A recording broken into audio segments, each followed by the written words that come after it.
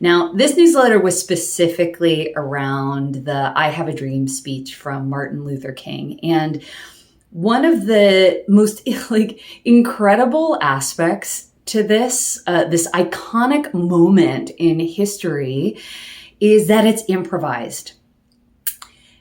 Think about that for a second. Think about you walking through life and finding a moment to rise to the occasion and being so deeply connected to what it is you're trying to say or the impact that you're trying to create, that you literally have this flow of inspiration that becomes so stamped on the minds and the hearts of generations to come. I just think that is obviously, that's a once in a generation lifetime, but we can all harness that same level of purpose and drive and clarity and certainty to our truth as we navigate our, what in comparison to that moment might be unremarkable lives. But let's talk about what it is that we can do here. So the first thing I want to think about, and I know people's access here is really around the verbal, so I want to land on verbal quickly.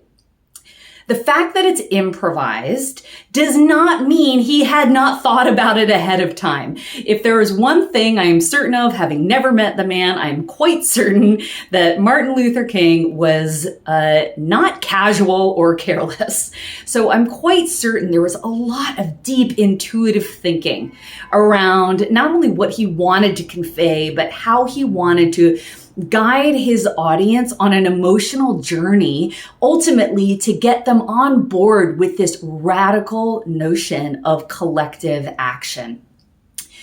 And so what allowed him to do this, and how I translate this in my work, is this anchor statement. And so the I have a dream, right? He reiterates it over and over and over. That now becomes the thing on which everything else in his communication is linked. And because he has such deep certainty around this anchor statement, and how I define the anchor statement is the thing you know to be true, this driving level of clarity and certainty, because he has that, he can now speak with, not from here, right? He's not speaking from his head. He has embodied this notion of certainty. In my book, I call it the spark of yes.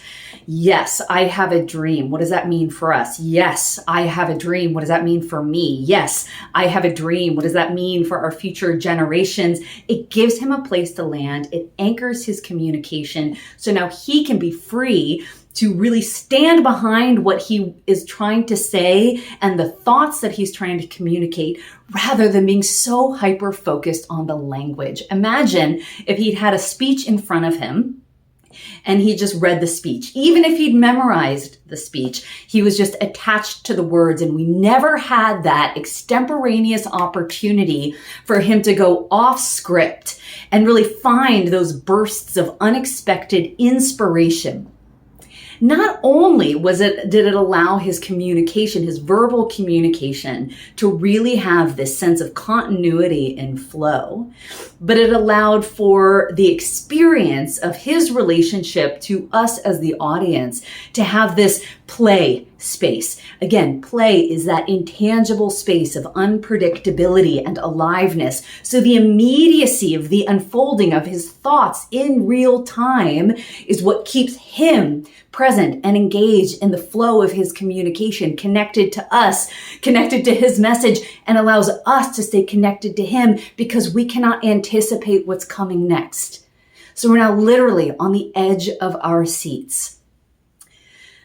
The nonverbal side of this is body language, release of voice, and connection to breath. And we all know those are the behavioral foundations of a confident body. So when we watch him present, his whole body is behind his communication. Communication is a physical activity. 93% of our communication comes from our body, not from our brain. And so we see this in his speech. We see his whole being come to life behind what it is he's trying to communicate. How often, think back, have you stood behind something so tremendously that you were able to channel your thoughts without being so attached to the words that you're using to communicate those thoughts, where you had this level of absolution, where you're like, yes, this is my spark of yes. This is the thing I know to be true. And this could be in a board meeting when you're like, actually, this could be in a moment when you experience conflict from a friend where you establish a boundary. It could be the moment where you step up to be vulnerable and tell someone you love them. How does your body get behind you? That means, are you breathing? Are you connected to breath so that your body can now be freely expressive in both gesture and movement as well as voice? Voice is a symptom of the body and breath is the fuel for voice. So if our whole body is behind our communication, if our body has that expression of that unpredictability and aliveness, our voice will as well. So we feel all of this spark, these peaks and valleys, because now we've given our voice to be the permission to be representative of body that is fully alive, fully expressive, fully aligned to what it is we're trying to say without over calculating what that looks like. We can now move into that space of unpredictability while still being deeply strategic and deeply intentional about what it is we're trying to convey. Nothing that came out of Martin Luther King's mouth was accidental. He wasn't up there like, oh shit, whoops, didn't mean to say that. He was on it, and he was prepared.